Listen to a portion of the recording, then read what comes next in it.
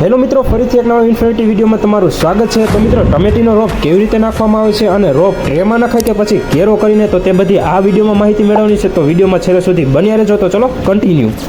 મિત્રો, આ છે રોપ નાખવા માટેની ટ્રે અને એક ટ્રેમાં 126 રોપા તૈયાર થાય છે। તો ટોટલ આપણે ટમેટીના 2000 રોપા તૈયાર કરવાના છે। મિત્રો, રોપ નાખવા માટે આપણે છાણિયું ખાતર પ્લસ ધૂળ લીધી છે અને જો મિત્રો ખાલી છાણિયું ખાતર લેશું તો ફૂગ આવવાની શક્યતા રહેશે અને ખાલી ધૂળ લેશું તો છોડ તૈયાર થવામાં સમય લાગશે। એટલે બંનેનું મિશ્રણ કરીને વાપરશું તો છોડનો ગ્રોથ સારો થશે અને રોપ સોંપવા સમયે ટ્રેમાંથી બધી ધૂળ આવી શકે। અને જો મિત્રો તમે આ છાણિયું ખાતર અને ધૂળ કરતાં કોકોપીટનો ઉપયોગ કરશો તો તમને ઘણો ફાયદો કરશે। ધૂળ મિક્સ થયા બાદ હવે ટ્રેમાં આવી રીતે ધૂળ ભરવામાં આવે છે અને હળવા હાથે ટ્રેના ખાના બુરાય તેમજ ભરવાની રહેશે।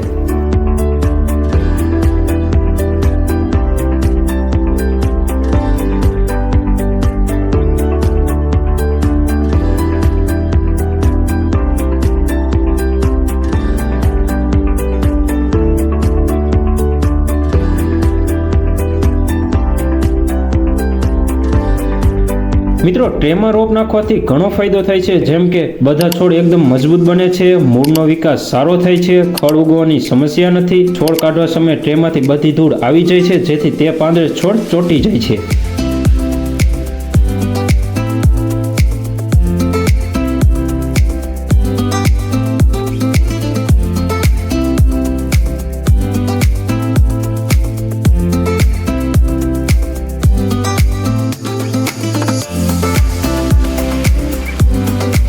તો મિત્રો, ટ્રેમાં ધૂળ નાખ્યા બાદ હવે તેમાં બીજ વાવવા માટે હોલ કરવામાં આવે છે। તમે જોઈ શકો છો, કંઈક આપણે આવી રીતે હોલ કરીએ છીએ।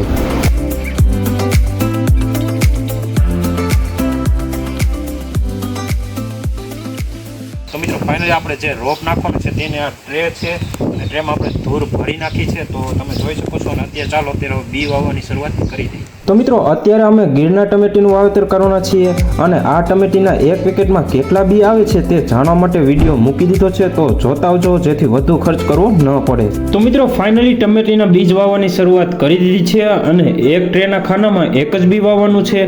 અત્યારે થોડીક મહેનત થશે પણ ફાયદો ઘણો થશે।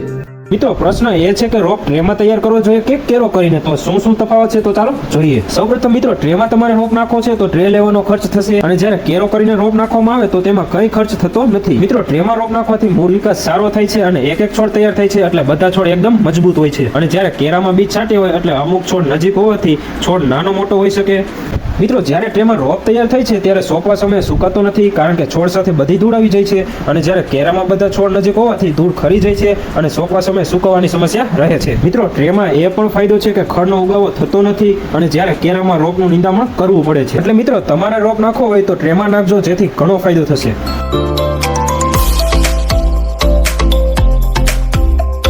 તો મિત્રો, ફાઇનલી આપણે ટમેટીના બીજ વાવી દીધા છે અને ઉપર આપણે હળવા હાથે ધૂળ પણ નાખી દીધી છે।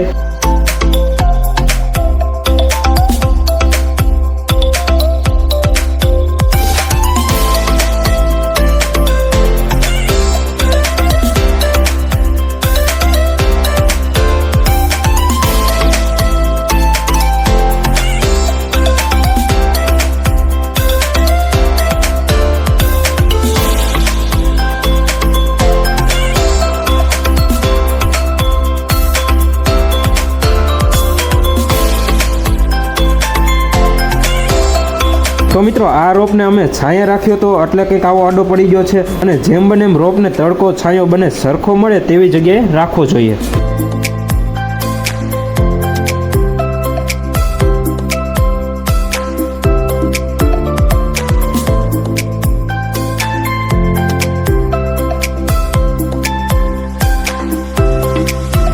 તો મિત્રો, આ વિડીયો કેવો લાગ્યો છે કમેન્ટ જરૂર કરજો અને ચેનલને સબસ્ક્રાઇબ ન કરી હોય તો કરી નાખજો। તો ફરીથી મળશે એક નવા વિડીયોમાં।